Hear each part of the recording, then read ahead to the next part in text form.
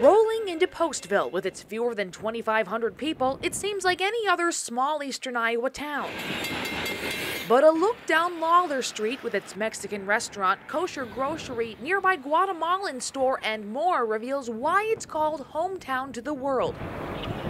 For a small town in a nearly 90% white state, the Postville Pirates soccer team is remarkably diverse. People are more welcoming now, and they understand what people are doing here, doing it for a sacrifice back in their home countries. Junior Alejandro Nunez's parents brought him from Mexico when he was 5, but it was one day in 6th grade, immortalized in a student's drawing, Nunez will never forget. I was in, I think it was reading class, and I saw like the helicopters pass by, and they told us that immigration was here. ICE agents arrested his mother, but let her stay in Postville to care for her 3 boys. Though, like others in her situation, the government banned her from working and kept her in an ankle bracelet monitor for more than a year. There was a 5-year-old little girl, she was a kindergartner, and it was her birthday that day. Dawn Hernandez says she'll never forget May 12th of '08. She had on her little happy birthday hat and her little backpack on her back and was just sitting there.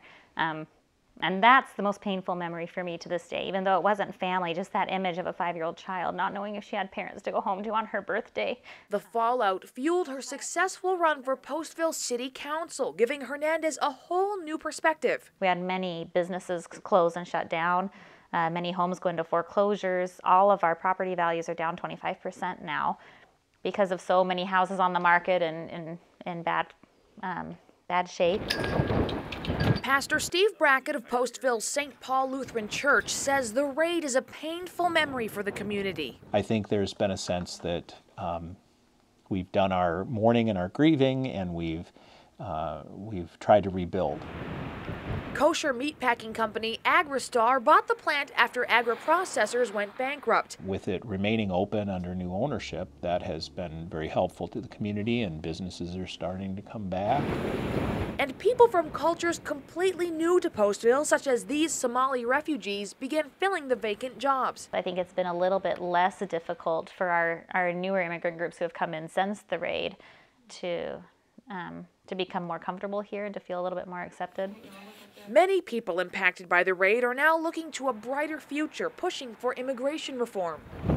And Postville students brought unlawfully into the country as children now hold hopes of attending college, a goal impossible until last June when President Obama introduced the Deferred Action for Childhood Arrivals Initiative. 1, 2, 3, 1! A lot of our students prior to that, once they reached 16, it was one of the struggles we had, was they're no longer required to be in school, so there wasn't a reason to be here if there wasn't a future. Now there's a world of possibilities. A global hometown where the sky's the limit. In Postville, Becca Habiger, KWWL News.